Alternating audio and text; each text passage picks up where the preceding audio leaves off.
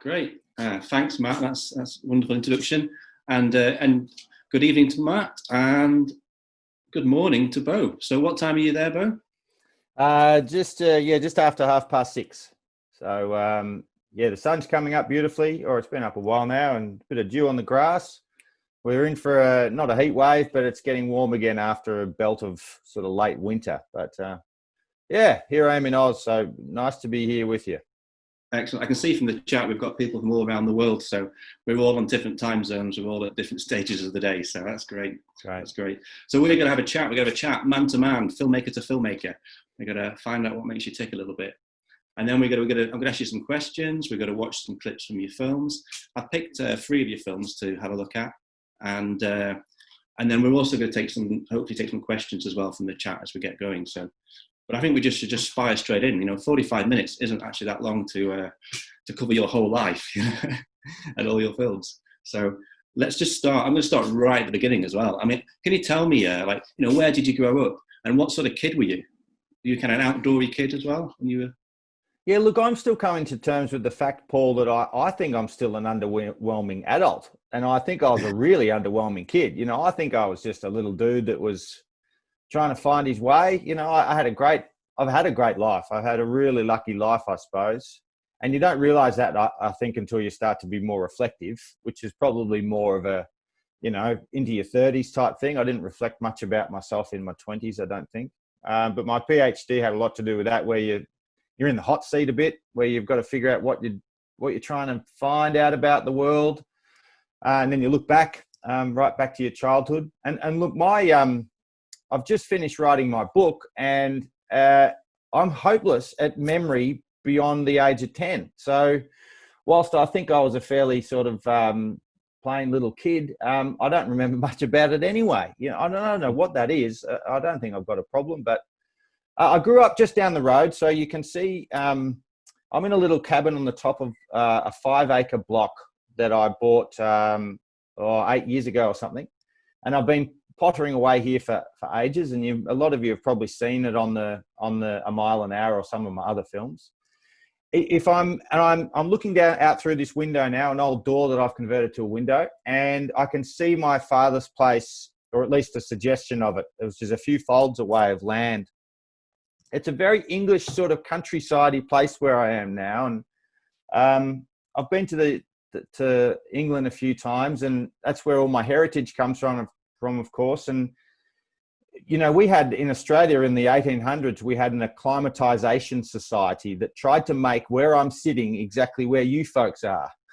And they did a pretty good job of it, in a sense. They chopped down all the gum trees and planted oaks and elm trees and whatnot. And so here I am in my version, or a version of England. It's really temperate part of Australia. It rains here as much as anywhere. It's got really good thick dirt. Lots of agriculture around me, dairy cows just in front of me now. And so I live kind of this sort of, where does Bilbo Baggins live? Hobbiton, in the Shire. Mm-hmm. I kind of live there, in a very similar place. Awesome, yeah. In fact, let's have a look at that now. We'll roll the first clip, which is, it's actually from I think one of the first films I saw yours, which is A Mile an Hour. And cool. And this obviously this is all around your house, so we'll get to have a look at some of that landscape as well. So we'll play. I think this clip's about a minute and a half. So. This is my block. It's a perfect mile. This is me, Beau. Nice beard, eh? And this is my barn, where I make things.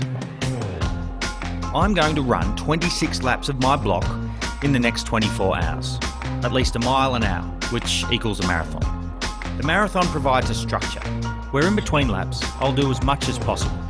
Making things, odd jobs, cooking, fixing stuff. There's kind of no point, but there's lots of point to it as well. To do as much as possible in a day, lots of tasks, and to get back to being practical. Get away from the screen. And I'm a bit fat, I want to lose the gut and do stuff that I've been meaning to do for ages. It's exciting because I have no idea how I'm going to feel in 24 hours, nor what I get done.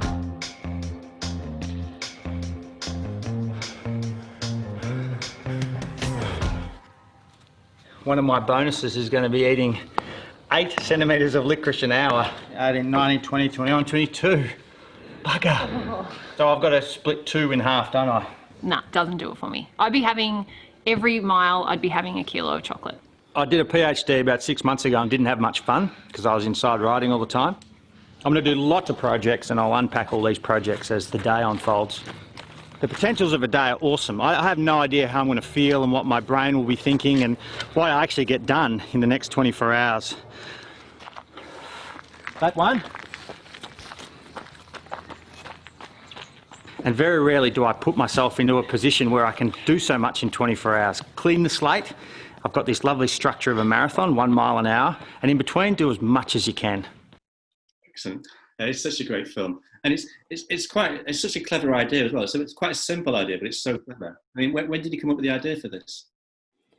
Well, just as I said, I'm just typing some questions. They're firing away on the Zoom chat. This feels like it might be like speed dating, you know? This is intense.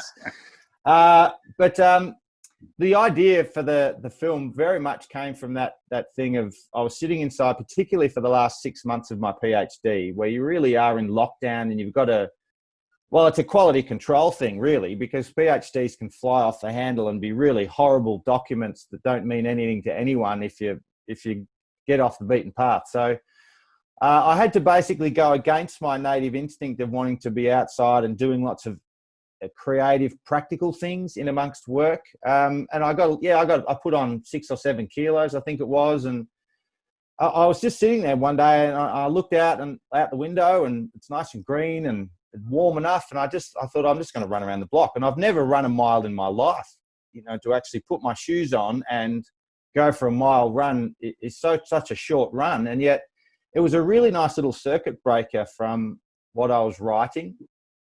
And so I sat back down again, barely with a sweat. And I said to myself, righto, Beau, do another hour of writing and then you can do another lap.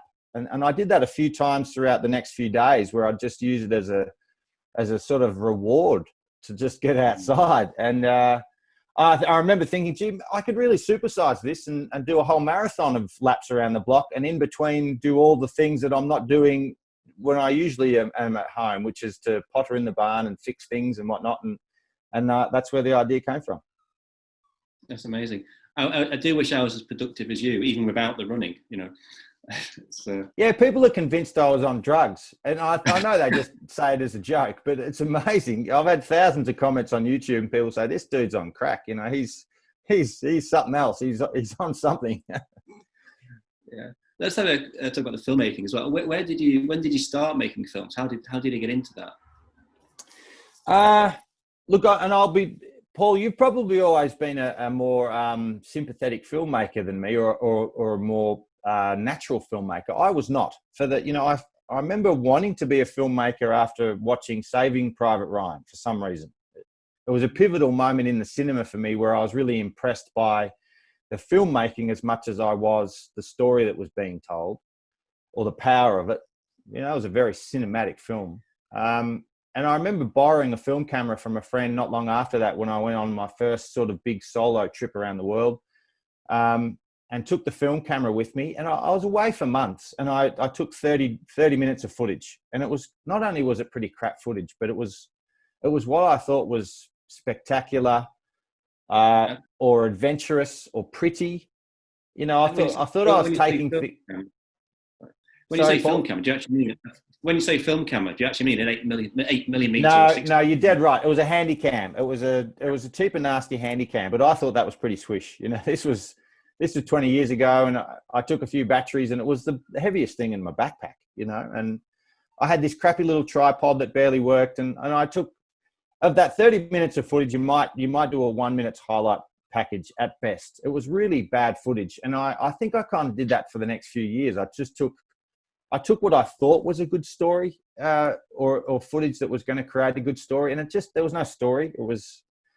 And it's taken me a long time to sort of realize that you need to shoot the everyday, the mundane. And I tend to go half scripted with my ideas so that I shoot the heck out of it. And then the story emerges and then I layer up essentially in the aftermath, which is a bit reverse engineering and has a lot of people nervous, especially if they invest in me or my films, which is only just starting to happen, because they're not quite sure what I'm doing, because I'm not either. But it's the way I engage with the world. I want to be curious and I want to not know what's happening. Otherwise, it would be a script or a play or a film as such, not a pseudo documentary. So that's very important to me. Yeah, I do virtually no pre-production myself. Actually, there you go. 1 or 2 slides of A4 is pretty good going for me. Okay. I also enjoy working in the edit. That's where the story comes out for me. And it's very different. I think I'm the same, Paul. Yeah. Very different to the way people work in TV. Because of the money. I think the money's there and someone's paying for it. They want to see it all up front first. And then once you've committed to that, you then have to shoot that, and then you have to then edit it in that style. You're really locked down. Whereas the way we're doing is much more organic, I think, and more authentic as well, I think. Yeah, you got to search for it.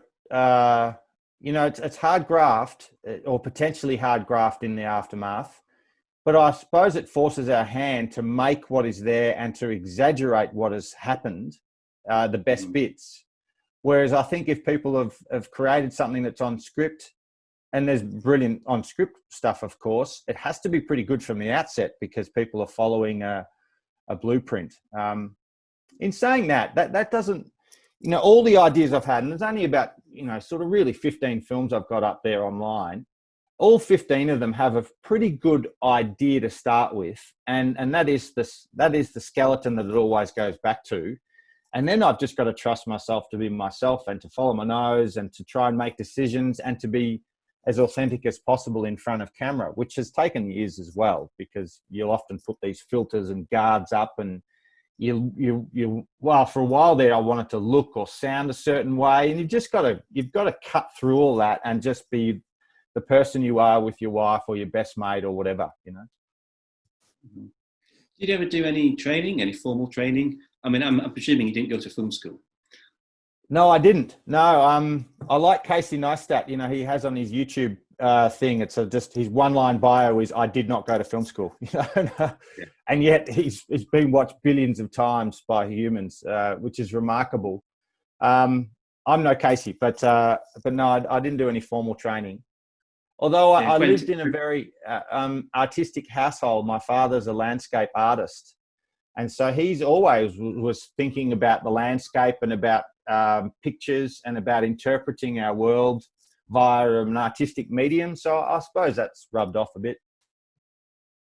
Yeah, great. Well, let's keep moving. Let's go on to the second clip. I've got also from a mile an hour, and a bit further along your journey here, at mile 22.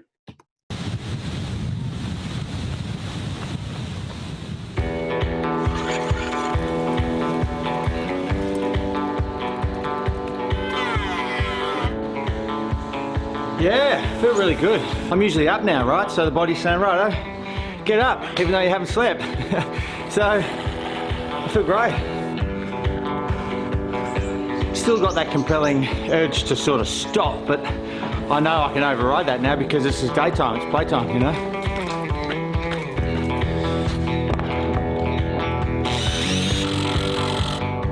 You run a marathon and you're bloody cactus for days.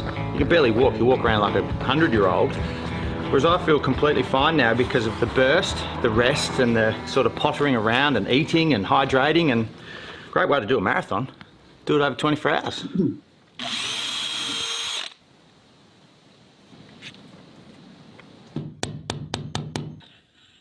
Been meaning to do that for 2 years. Awesome. Yeah, great to see you so productive. And I think it's just such an awesome idea as well to combine physical exhaustion, sleep deprivation, and power tools. Right? Yeah. I don't know if you've heard of Tommy Caldwell, but he could tell you a story about that, I think. Well, funnily enough, Tommy, I was a host for his film tour in Australia when he came out last year, and spent the day with Tommy Caldwell, and he talked about losing his finger and whatnot, and the fact that it probably made him a hungrier, better climber. And I thought that's remarkable. And you hear stories about that when people lose something of themselves physically or even, I suppose, emotionally. They become stronger or better in another way because, damn it, they're going to do it regardless of what people think that they're now missing. And I thought that was cool.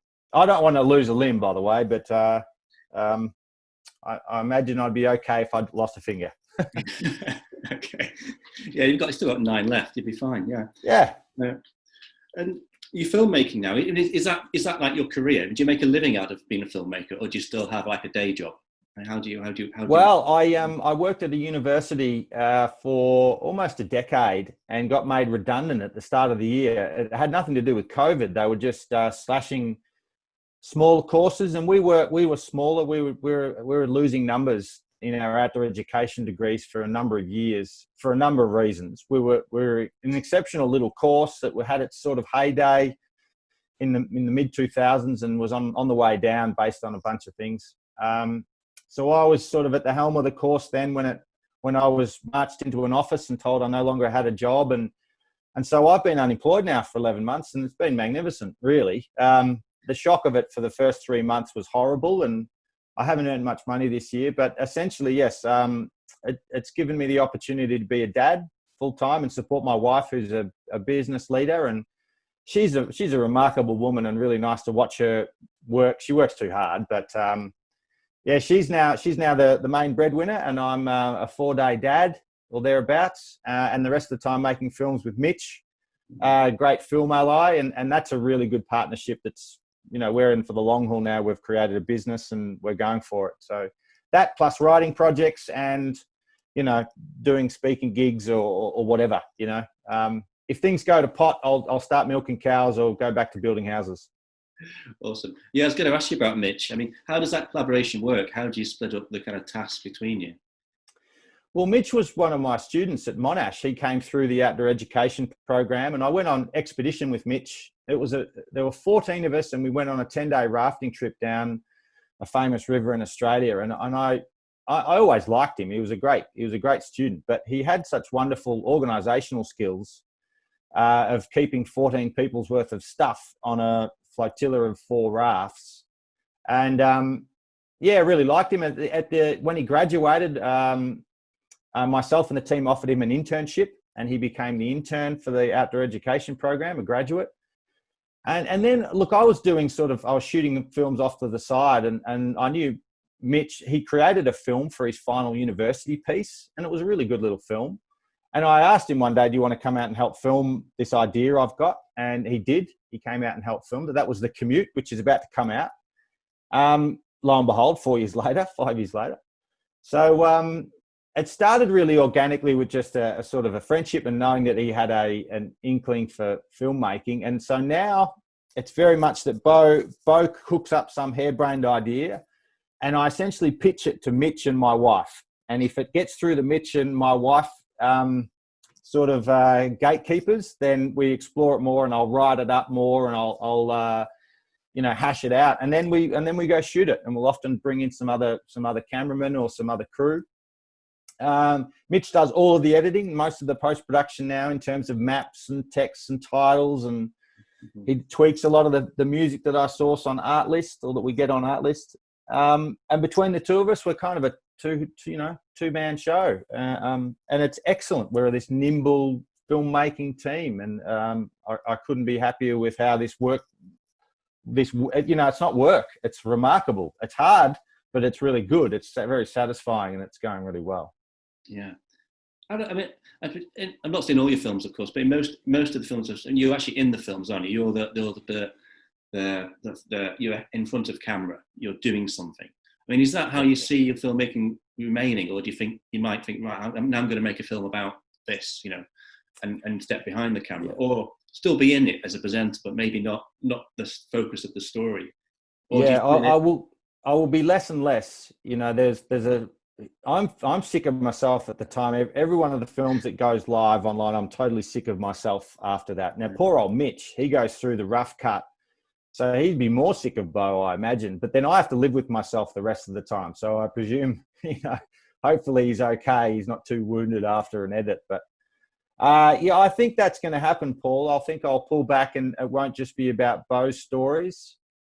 And yet I'm sort of resigned to the fact that, 1, I enjoy it. 2, I'm okay at it, and I've got lots of stories to tell, and it's just like any other job. If I was a lawyer or a real doctor, not a pseudo one. Your relationship is still very human driven, and it's very much about your interaction with other humans. And so that's just what I'm doing. And I just interact with other humans via a glass lens rather than people's eyeballs, I suppose. And I try and talk to as many people as possible. So ego aside, yeah, I think I'll be a front man for a good while yet, but I'm definitely wanting to step back and tell other people's stories as well, which is happening. You know, I'm collaborating with Patagonia, a good friend of mine, a good brand friend of mine, and so yeah, there's a project in the works, I think, that I'll be helping them out with, and I certainly am in front of camera in that. Cool. I'm actually thinking of going the other way. I'm not actually been in one of my films since 2004, which was my first ever film, and I was one of like 4 people in it. I've strictly not been in any of them, you know, even in any shots. So I'm actually thinking I'm looking for an idea, you know, where I can make it, or a cameo. Yeah, I love it when I think Quentin Tarantino does that. He's made a cameo in all his films, hasn't he? See him skulking along in the background or something, or holding something up. Yeah, Hitchcock was the same as well. Hitchcock's in all his films as well. There you go. Great. Well, let's talking films. Let's keep moving. Let's fire on to the Gum film. Maybe just give us a quick intro in what this film. What was your pitch for this film to your wife and your business partner? Well, it ended up being a little different, but the pitch was that the idea of this came from that I sat out on my porch one day looking up into these giant gum trees, which are mostly on our property here, and they're well over the colonisation. So they're older than when the white folks turned up and made this into mostly farmland where I live. I was looking up into these big giant trees in a big northerly wind, which means the northerly wind is coming from the centre of Australia, which means it's hot. So it was summertime, and it's, you know, baking hot, and these huge gums are rattling around in this wind. And I thought it reminded me of the mast of a ship during a storm, and how much, you know, the base of the tree doesn't move, but the top of the tree moves hugely. And the further up the tree you would get in a big wind event like that, it would be a wild adventure up the top of a tree, like on the bucking bronco, you know. And so I remember seeing this and thinking, gee, imagine if I strapped myself up that tree during a big northerly wind and filmed it for a day or so. And so that's where the idea came from. And of course, I picked the time to actually shoot the film when it wasn't as windy as that. And I didn't go anywhere near as high as I thought as well, but I thought I'd just make it out of ladders and planks rather than doing lots of rope work and getting up there in a portal edge, which is a bit more climby and a bit more, you know, a bit more sophisticated, I suppose, where you need a lot of expensive gear, whereas this was just with, you know, a crap old couple of ladders and some planks that I found on the side of the road and some webbing. So that's where the idea came from. And then it became an appreciation of this magnificent tree that you appreciate in a whole new way when you spend the night in it, in a very simple way. Cool. Well, let's have a look. Let's watch this little clip. Yeah.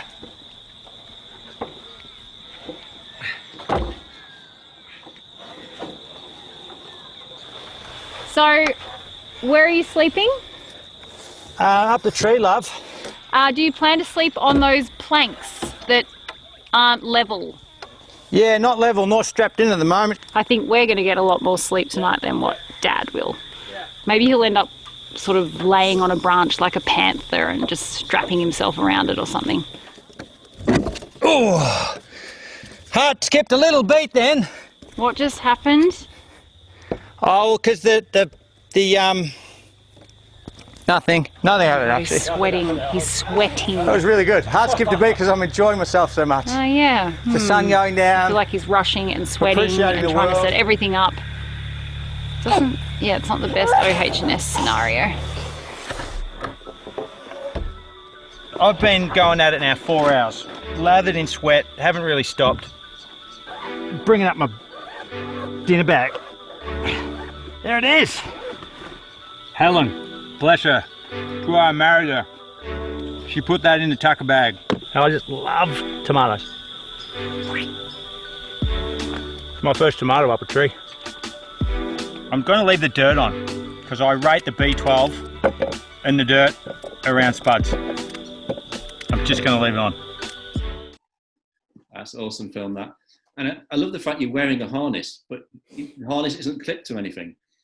Yeah, I was a bit dodgy most of the time. And I really used it at night when I was laying there in my sleeping bag, which made things pretty uncomfortable. I was laying on buckles and whatnot. But it was a lovely film. It was quite hard to make too, because I was always torn between being a full-blooded activist and really put out by the world, the local developers and the local shire and whatnot, who constantly chop down these endangered gum trees, which to me is like continuing to hunt Tasmanian tigers. These are on the endangered list, and the shire will say, yep, you can chop down 6 of these 200-year-old trees as long as you plant 20 new ones. And that just sounds bonkers. You're getting rid of all of this incredible habitat for something that's 100 years away from being a replica of it. And it's just, I cannot understand it. So I really got my back up with big gums and had to sort of tone back and make it a story of beauty and of the prettiness, I suppose, and the importance of those trees. Maybe there's another film to make there with more of the eco message you've said, you know. Yeah. Would you say your filmmaking is developing in one of the films we're going to watch and look at, Run the Line? That seems a bit more of a grown-up film, if you will. You know, it's not just about you having an adventure. You've got kind of social history in there as well. And, I mean, is that something you can see developing in your filmmaking? Yeah, absolutely, Paul. And in fact, Mitch and I and not a big crew, but a crew of about 6 of us are making a film series next year called Bad River. And that's being bankrolled by YouTube and Google and put forward by Screen Australia, our national funding body for films. So we feel like we've sort of matured enough to do that now. And that will very much be a bit of a historical take, as well as me going off and doing things on Australia's worst rivers, the most polluted or the most endangered rivers in Australia. And it's Beau's just a mouthpiece that's going to go and show off these rivers for their goodness and badness. But the rest is about history and about what we've done wrong up to this point. And in a sense, what we need to do that's going to help these rivers without being too righteous, because I know I'm part of the problem in a sense. I'm a bloke that has lots of stuff and has taken the world for granted for a long time and just starting to learn my ways. So yeah, there's a maturity in there for sure, Paul. We've had a couple of questions before the event, and we've had a couple on the chat since, which have been asking about equipment and what sort of filmmaking equipment you use. But let's also talk about, people have also asked about, if you're starting out, what would you recommend? So maybe kind of combine those 2 questions. Because I think sometimes I would say that sometimes filmmakers get a bit obsessed with kit. You know, it's not really, the kit isn't actually that important as people think it is. I don't know what you'd say to that. Yeah, I totally agree, Paul. But there are some fundamentals that are really important to telling a story well easier. And that is, yes, having a really good camera that you know and trust. But more importantly, down the line, is having good audio that you know and trust. Because in many respects, a shot can be slightly out of focus and a bit grainy and a crappy old camera, but it still tells a lot. The human eye can pick up a lot and fill in the gaps. Our ears don't tend to fill in the gaps as much. And so having really good audio. And so my collaborations with Mitch is so good, because he looks after a lot of that stuff that I often had to do myself and didn't do it always a great job of. And so I've got someone that's constantly looking out for what's good in the earpiece. So I now, the new thing we're doing now is I'll put a non-camera related microphone on me, and we just push record so that Beau is always recorded. Or whoever it is that's in the scene is always recorded, and it's removed from the camera. And then the camera can pick up the world and anyone else talking and whatever else. And so, yeah, and that's for, $200 you can get yourself a little lavalier mic that goes to a, tiny little box in that you can waterproof, and you've got this wonderful soundtrack that you can then cut up for your film. So that would be a big tip. But otherwise, yeah, be nimble and be creative with your camera, more so than what sort of camera you're using. Yeah. What sort of cameras did you start with, though? Did you start with as a handy cam rather than DSLR? Right. Yeah, look, I was sort of, I don't know why, but I started using Sonys for a few years. And this was 20 years ago. My first camera was a little Sony, and then I got a really nice Sony, and then I lost it at sea. So I got a replacement, the same thing. I lost it on my African journey, which was horrible. That was a beautiful camera, and that was the last time I used tape stock. That was 8mm tape stock in the little micro sets. And now everything's gone digital, and so we're very much, of course, in the digital age. We're using Panasonics, but some of our cameramen use Sonys, you know. So look, and once again, I am no boffin, Paul. I will use whatever Mitch now recommends or has a crush on. You know, we buy that, and then I use it. So he knows a lot more about that stuff than me. Look, GoPros. You know, GoPro is a wonderful go-to for outdoor stuff, and they're getting better all the time, of course. So yeah, you could shoot. And look, I'll produce a film. It's actually done. My first iPhone film, I shot a full film on my iPhone 18 months ago, and it hasn't come out yet. That's an iPhone 7, and they're beautiful shots. And it's just with my phone because I had it with me on a trip, and I thought, you know what, I'll make a film out of this. And that was excellent. That's great. That's great. We see in that last clip, we saw a clip of your wife and your young daughter there. How has becoming a father changed you and changed your filmmaking and your lifestyle? Well, it's changed my lifestyle immediately and profoundly, and every parent knows this, or at least I hope they do. I'm no longer alone on this earth, you know, and I say that in the sense that Helen has made me immensely happy, but May is now going to live well beyond me being here, and so my ego has certainly shifted. It's no longer about just the advancement of Beau or the advancement of Beau and Helen. Mm-hmm. It's very much about this little human that we are the biggest influences of, at least for the first probably 10 or 15 years anyway, before the world kind of catches them. So yeah, May, it's remarkable. She's over a year now, and she's walking around and says whatever you say and points at things. And she's, you know, every time we walk into the house, she puts her tiny little finger in a screw hole that I haven't replaced a screw yet around some architrave of a door. You know, she notices that little hole, and it's very cool that she comes in and she wants to, you know, tell me about it and see it and feel it. So she's this really curious little human that I'm learning to be curious again for things that I no longer see. I'm trying to reinvent my vision of the world, and she's helping me do that. Of course, she doesn't necessarily slow us down. She makes us faster in some respects. But of course, my 168 hours a week has been, you know, now I have to share that with another half a human. You know, Helen helps with the other half of May. So it's just about splitting our time a bit more, and the ventures that I do. I'm about to go away for a full week, and I haven't, you know, being with COVID as well in a full year, I've never spent a night away from May. So 5 nights away from my little daughter is a horrible thought, I must admit. And so, yeah, getting back to somewhat, you know, film projects and things where I'm out of the house is a bit of a reality check, and one I'm not quite ready for yet.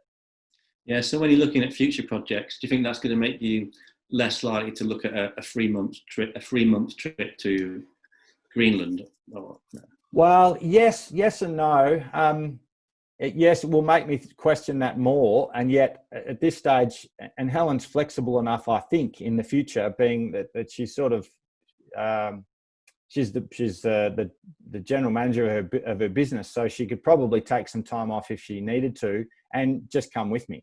So I'd love to get to the stage where they could come out on 2-month shoots and be part of the process and be part of the story. Helen's a wonderful person in front of camera because she's so real. And May's probably going to be a little prima donna and play up to the camera for a few years, and that might be a bit of fun. But in any case, I'd love to take them along for the ride. Yeah, awesome. Well, let's keep this moving on. I'm not going to show a clip from the Beans film there, but if anyone's not seen the Beans film, I recommend you go to Beau's YouTube channel and check it out. Now, this film, when I watched this didn't look that much fun, actually. You know, I mean, I don't know whether that's just in the edit, whether you were kind of playing on it a little bit, but it looked like you suffered a bit on this. Yeah, it was grim. It was a good kind of grim. It's a bit like a toothache. I like a toothache because it makes me feel pain, because we don't often feel pain these days. And so when you get a toothache and it's bearable and it's not too bad, I don't mind it because it reminds me of a feeling, I suppose. But eating beans for 40 days was particularly the middle couple of weeks was really horrendous in terms of just how much I had so much of a lack of energy, and I couldn't break through to my regular Beau, which was sort of bouncing around and wanting to go for runs and rides and be physical. I just lacked that ability to be as physical as I've always been, and that was really quite suffocating, and made me appreciate food even more. And I knew that this was never going to be the best diet. And people have criticised me for eating tin beans as opposed to real beans, and for not eating fajitas or rice, and they're dead right. But I didn't want to feel balanced. I wanted to feel imbalanced. And so that was very much the point. I didn't want to get tin poisoning, but yeah, most of them were those fancy tins with a plastic liner or whatnot. But yeah, look, it was a flawed experiment, totally. But then it was always supposed to be a flawed experiment, and just to see what happened. And I think it was remarkably insightful. Yeah, it's good. It's a good fun film. Yeah, I mean, I have a kind of plant-based diet myself, but I barely eat beans, to be honest. I think I would struggle with that one. So we're going to move on to the last film we're going to talk about tonight, which is this was the film. What you made this 2019? Would that be right? Yeah, this is relatively recent. So this came out. Run the Line. This didn't quite premiere at the Port Fairy Film Festival November last year. Mm-hmm. I think it was. Is that right? Yeah, November last year. And so it's only really been out for about 14 months, and it's probably the prettiest film that Mitch and I have ever made.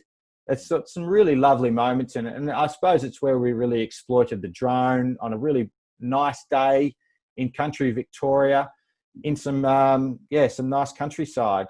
And it's got some nice archive film and archive stills as well, hasn't it? Yeah. I love to see archive film. It's great. And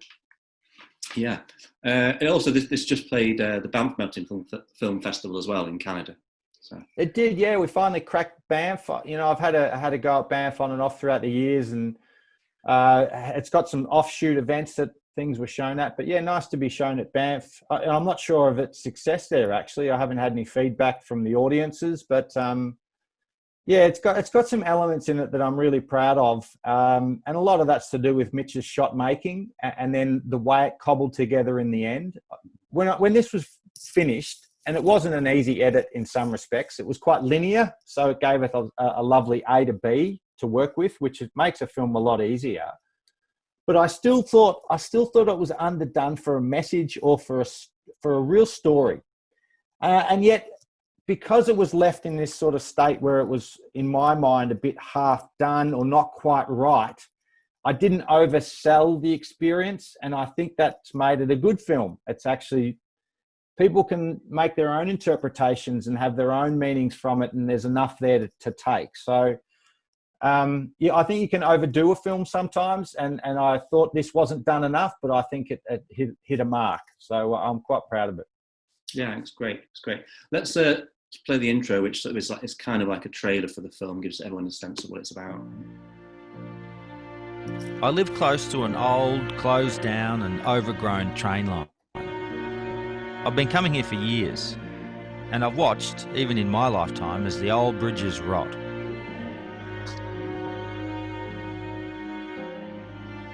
I run here a lot, 2 or 3 times a week, lapping through sections of single track, tracks that always come back to the old line as if some kind of handrail.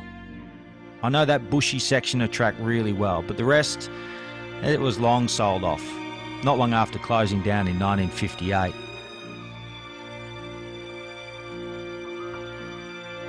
It was the end of an era, where the world of trains and lines had become one of roads and cars. A lot of people have forgotten about the 43 kilometres of track and the 9 stations. But the line still exists, a deep and mostly obvious scar in the landscape. Some of it's covered by this kind of glaciation of houses, and other sections are as obvious as day. While running one day, I thought, why don't I join the line back together? Be the first person since 1958 to run the line.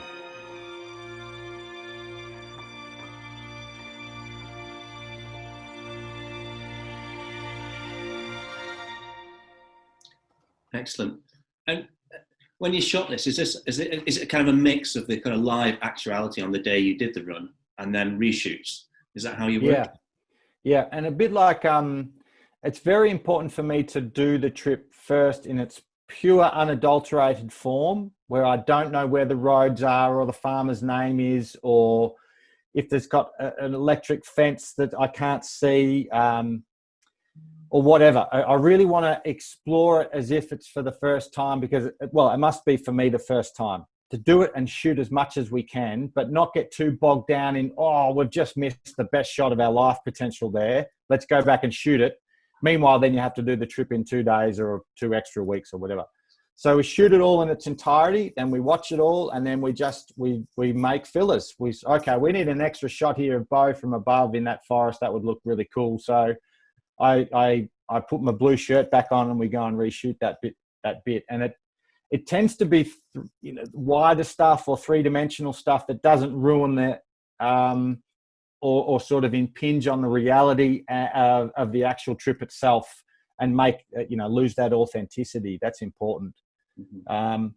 But yeah, that was a hard day. That was 10 or 12 hours of running and I did a lot of out and backs, and you could do a lot more, but I wouldn't have finished in the daylight. So it was do enough, and then for the next few weeks, go and do these reshoots. That took 6 weeks from shooting to premiering at a festival and going live online. That was a 6-week turnaround, which is pretty good, really, for a 25-minute sort of sub-feature film.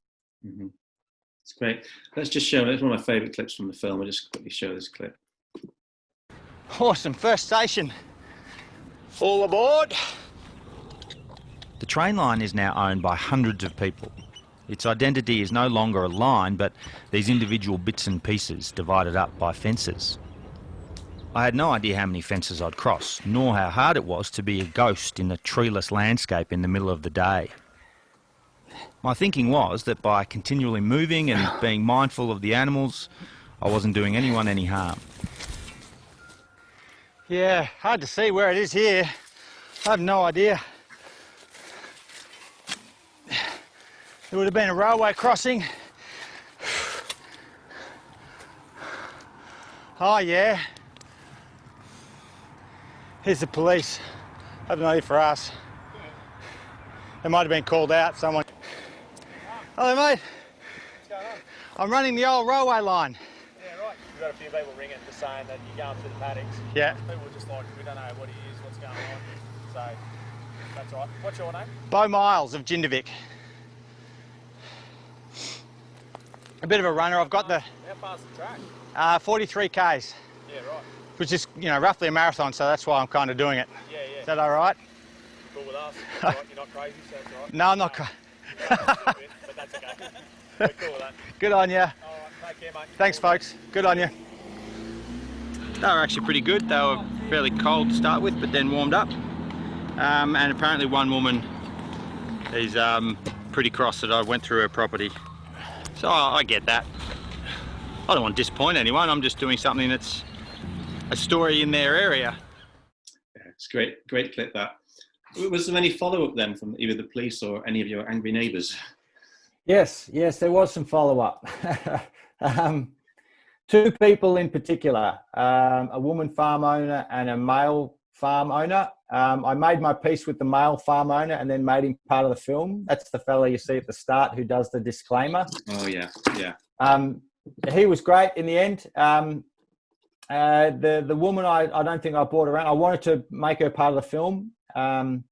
She accused me of not shutting a gate on her property, which is a total lie.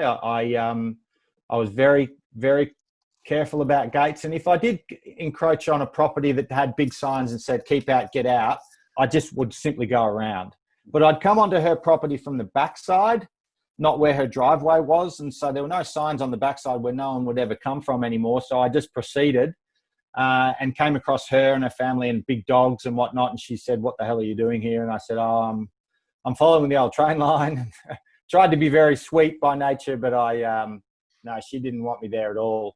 But otherwise, for the most part, 90% of the owners were no problem, and are in fact now really on board for it. And the local shire, I don't think it'll happen, but maybe within, maybe 10 years down the track, there's talk of it being opened as a rail trail all the way through again, opened in a similar way to, the rite of passage or, Scotland. But I'm not sure. It's because it is all privately owned now. I'm not sure how they'd get around it. Yeah, cool. No, it's a fantastic film. I really like that one. Well, we're firing through our allocated time here. So I'm going to, and we've got a ton of questions. So I might just pick a few questions from the chat.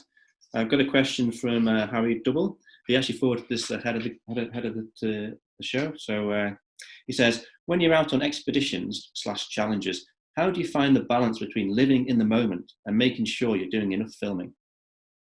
Yeah, that is the question in a sense, because when you watch documentaries now, you could often say, you know what, this is becoming more and more scripted. Reality TV is a perfect example of what was once upon a time reality, and now it becomes so highly produced. It's not true. It's just, it's fanfare and it's salacious, and they're just picking the bits that are the most gratuitous or I don't know. And so I try not to do that. I try to keep that authenticity, and that is really hard because often you have to stop and talk to a camera, whereas usually you'd be punching on and thinking other things. I think good filmmaking and good documentary making is to articulate what your internal monologue is saying. And if you can do that, then you're not lying to yourself or anyone. And that I'm trying to constantly get better at. I know that my rule of thumb now is that if I don't feel like saying it or shooting it, I need to say it and shoot it, because it's the stuff that is my most real, and it is probably the most, it's got some provocation to it, or I'm vulnerable, or I'm pissed off, or something is real. And so I need to show that on camera because that resonates. People understand and people know what is real and what is not. And so that is the art, I think, of filmmaking, is to show that reality. And I'm trying to get better at that. Yeah, it's great to see a film that's real. So much, on mainstream TV is even if it's supposed to be documentary reality, is fake. So it's great, and I think the festivals are a lot, festivals just won't stand for that. A festival audience won't stand for that. And I think in a way, YouTube's the same as well. If you put something on YouTube and it's all fake, or it's not authentic, you're not really speaking from the heart, you're going to see that in the comments, I agree. Yeah, look, we've been on Netflix now for 4 or 5 months. Oh, it's probably 6 or 7 months, really. And I've kind of gone through it was very fancy. It was like a lolly shop there for a while, where I thought, wow, what do I watch next? And yet I'd give most things 10 minutes, and now it's getting less. I'll give things 1 or 2 minutes now. And if I'm not in and I don't feel like this is showing a reality that's either really funny or quirky or genuine, then I just won't watch it. And I'm to the point now, I'm probably almost done with Netflix, And so I know a lot of people have sent through comments saying they're the same with Netflix. They're sick of the sort of overly scripted, polished genre of stuff, and they've gone back to YouTube because they want that sense of authenticity, and they want to stumble upon something that's gold rather than just be force-fed all of this material that's so-called good. So yeah, people have got choice now. Now that's a really good and bad thing for a filmmaker, because man, we are watered down now. There is so much content on there. How the hell do they find you? And it's not just about being good content anymore. It's about being helpful to your audience and doing things like this and producing stuff once a month and being consistent and finding your audience and finding your feet that way. And yeah, that's what Mitch and I are trying to do, is produce a film a month now for the next year. So will give people a viable something to watch every month. Mm-hmm. And how are you getting income from your films? Are you getting income from YouTube or from brand partners? How are you monetizing? No real brand partners yet, and we're skeptical of that. You know, my wife works full time. You know, Mitch and I are willing to be pretty lean and mean for the next year or two, and just see how we make it work on ourselves. And yeah, I've worked hard for 20 years, and I don't need to earn a lot of money this next bit to be okay. But yeah, YouTube earns a little bit of money, but and I've lost a lot of speaking gigs this year. I probably had 10 or 15 speaking engagements, which aren't worth a lot of money, but they certainly still pay a bill or two. No, I'm happy to be a dad and earn some pocket money with YouTube and whatever comes along. And my book comes out next year, which you should all buy. You should all definitely buy. It's a brilliant book. It's very, very good. And that comes out in March or April next year, based on a lot of my films and a lot of the backstory and some more insights. So thanks, Paul. That's how I earn money now. Yeah. So the answer really is everyone needs to buy your book to keep you going. Well, yeah, although, yeah, I only get 10% of whatever a book sale is, but I'll be mighty chuffed if sales go through the roof. I think that'd be excellent. But YouTube, a rough algorithm of YouTube, for those who don't know, you've got to have, for every million views, it's around, I think it's around $3,000 Australian. So for what, 1,800 quid for 1 million views, you've got to get an awful lot of views to make money out of it. And then Mitch and I have got to split it both ways between him and I, and then we've got to pay our contractors. And so we ain't made any money on films yet. Don't worry about that, but it's pocket money. Yeah. You strike me, you're not particularly motivated by money anyway. It's not your biggest driver, is it? It would seem. Well, no, it's not. Look, I've got a bit of a capitalist streak. You know, I flipped a couple of houses when I was younger as a sort of, I used to build whilst doing adventure contracting and whatever. So I made a bit of money that way. But no, money has never, one iota, got me out of bed in the morning. And I think too, I've taken money for granted because I've always found work easy, because I like work. I really love working, and I don't mind doing menial jobs either. I think menial jobs I can think a lot. You know, I used to split wood or pick potatoes or whatever. You know, I love those sort of jobs because I still had my mind. I could always just use my mind whilst picking up potatoes or splitting wood.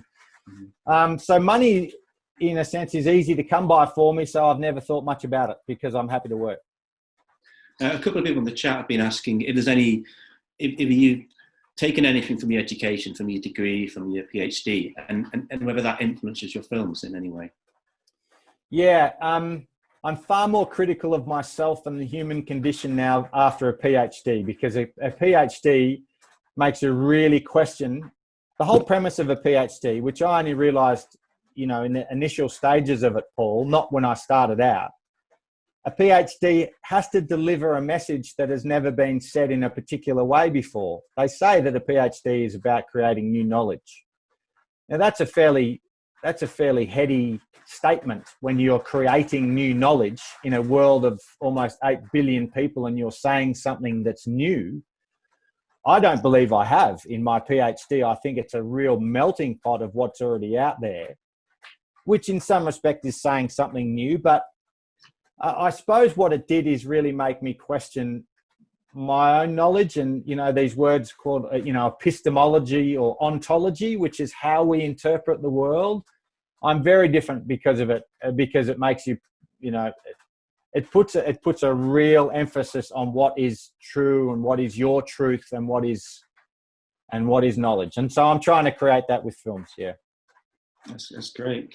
And would you say, you know, are you an adventurer or you're a filmmaker? Do you do the adventures to make films, or do you make films to have adventures? Yeah, the bio, you know, what are my keywords of a bio? If I've got to sum myself up in an obituary or 50 words, it's very hard. My Insta account now, which I'm relatively new at Instagram, at Beauisms on Instagram, there's a plug for that. It's kind of a fun platform, but I've said that I'm a filmmaker, writer, and doer.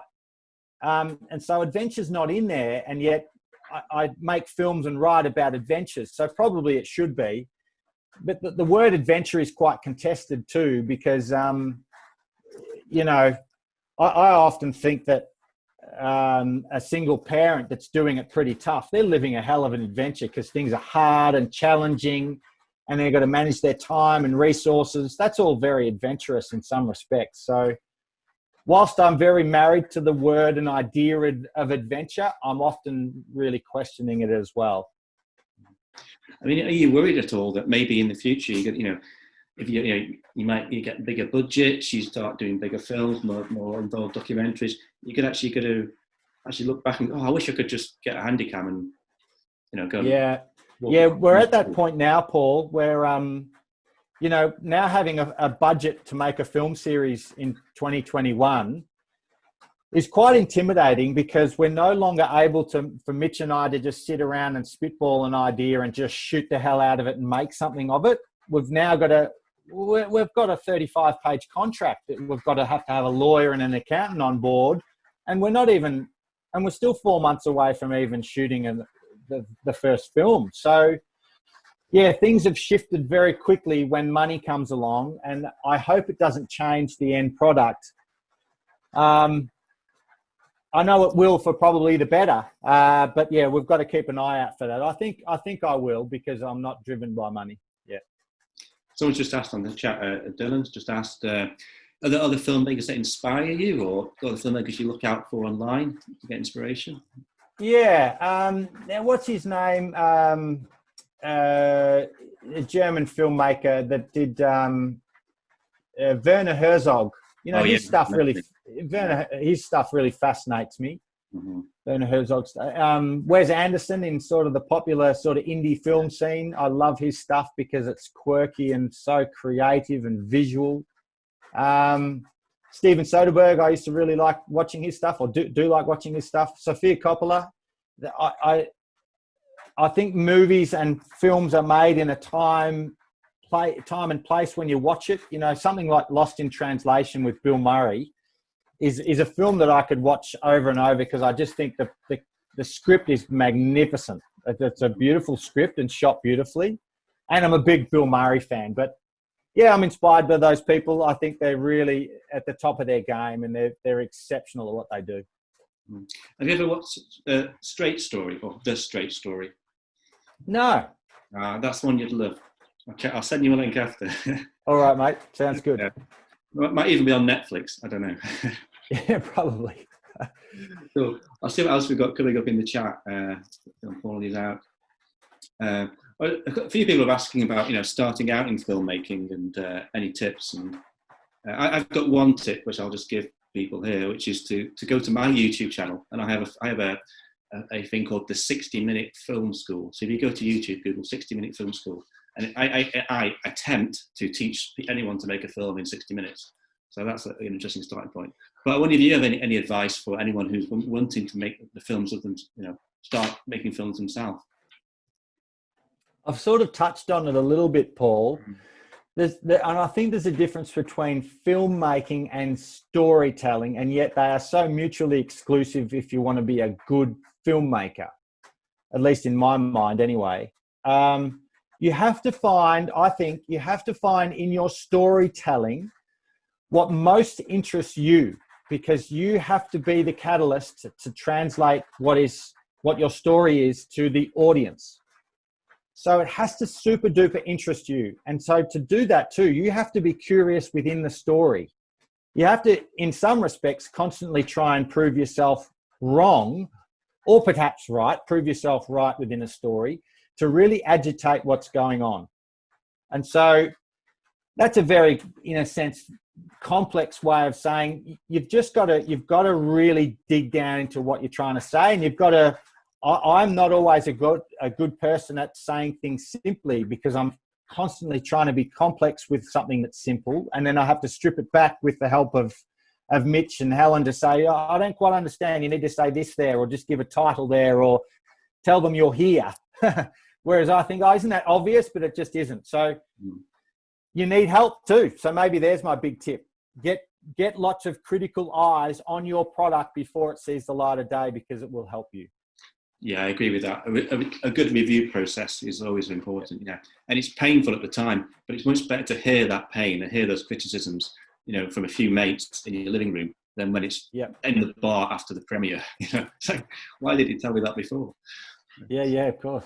So, and I just read a comment from Alex Crow in the comments here, and he was saying that people now are actually kind of copying your videos, like particularly the 24 mile a minute. People are doing their own kind of tribute films to it as well. I mean, how do you feel about that? I think it's the ultimate compliment, really, when people are doing it. And it's nice when people say this is an idea from Beau, but some of them don't. So be it. I suppose I'm influenced by lots of things as well that I won't give explicit credit for, because it's all this the big melting pot of influences. I think that's wonderful. It's been used for charity events all over the world, and it only continues to be. I think it's great. Because ultimately, I'm sure someone has run a mile an hour for a day before and done odd, quirky things, or just didn't make a film out of it, or beat the drum like I did. So, we're sort of all plagiarists in some respects. So as long as you do it all within sort of good meaning, I think it's good. That's great. That's great. Well, we're kind of running out of time, but there's a ton more questions here. So if people want to ask you questions, do you have a preferred kind of social media channel that you can get in touch with you? Yeah, well, I've turned off the messages on Instagram because they were just getting a few too many, and then I feel like I'm not doing people justice. So, but email is pretty good if it's a genuine question that you reckon I could answer, rather than just sort of having a long, hard think to yourself, which I tend to do over a cup of tea. You can just go to my website and follow through to the email and whatnot there. Otherwise, go to the actual films themselves on YouTube and ask me questions. I'll always filter through them and answer the ones that I think are good questions. And I'd love to do the Zoom chat, because I know that there's a ton of questions here, and I've only got to about 6 of them. So, sorry, I was hopeless there. I wasn't quick enough to type through the responses, but by all means, get in touch that way.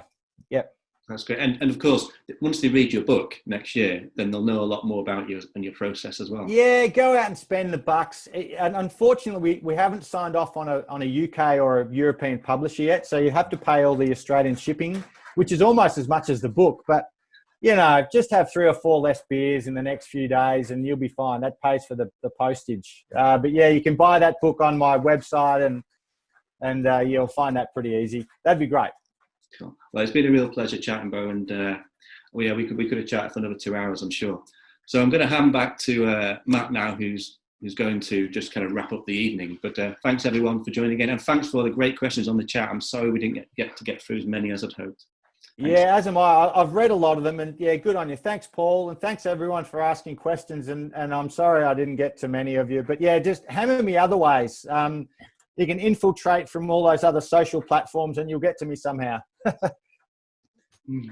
Awesome. Thank you, Beau. Thank you, Paul. Thoroughly enjoyed that. Really, really enjoyed that. I've been sitting in the background compiling all those questions into a big long list. So what I will do is I'll chuck them over to you, Beau. And if you want to kind of answer any of them on Facebook, you can do. I've just put first names, so we're not sharing anyone's full names. Really fascinating. Loved all your films. I can't wait for the next.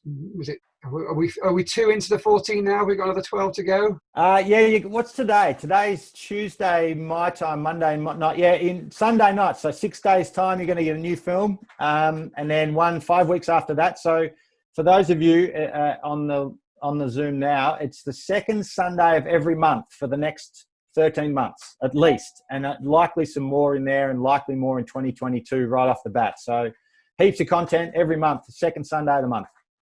Fantastic. I love the comments about YouTube over Netflix. My 11-year-old is YouTube fanatic, and he's picking up so much. He picks up some nonsense, but he's picking up so much interesting stuff from YouTube by just finding interesting stuff. And in fact, he came back from school today, and one of his teachers has started an adventure film club during lunch hour. And lo and behold, he watched a mile an hour at lunchtime today on YouTube. See, that's pretty good for a teacher to send that link out, because there's a little bit of adult content in there, so that's good. Liberated teacher. Yeah, he's a good teacher. Okay. Thank you very much, everybody. If you didn't see it, I posted in the chat a link to a PayPal link. So as Beau's implied, you know, he's trying to earn a living. I'm trying to earn a living. Paul's trying to earn a living. If you could click on that link and pay what you feel was worth, what the talk was worth, or what you can afford. Fully appreciate some of you are not going to be able to afford anything. It's not easy times for anybody, for a lot of us, I should say. If you've missed that link, I will be emailing it out as well, and we'll be divvying up the money between the three of us. So thanks, guys, and I guess we'll see some of you for Beth Pascal's talk, talking about her record round of the Bob Graham round in I think December 21st, so not too far away, just before Christmas. Thanks very much, guys, and speak to you all again soon. Thanks, Paul. Thanks, Matt. Thanks, everyone.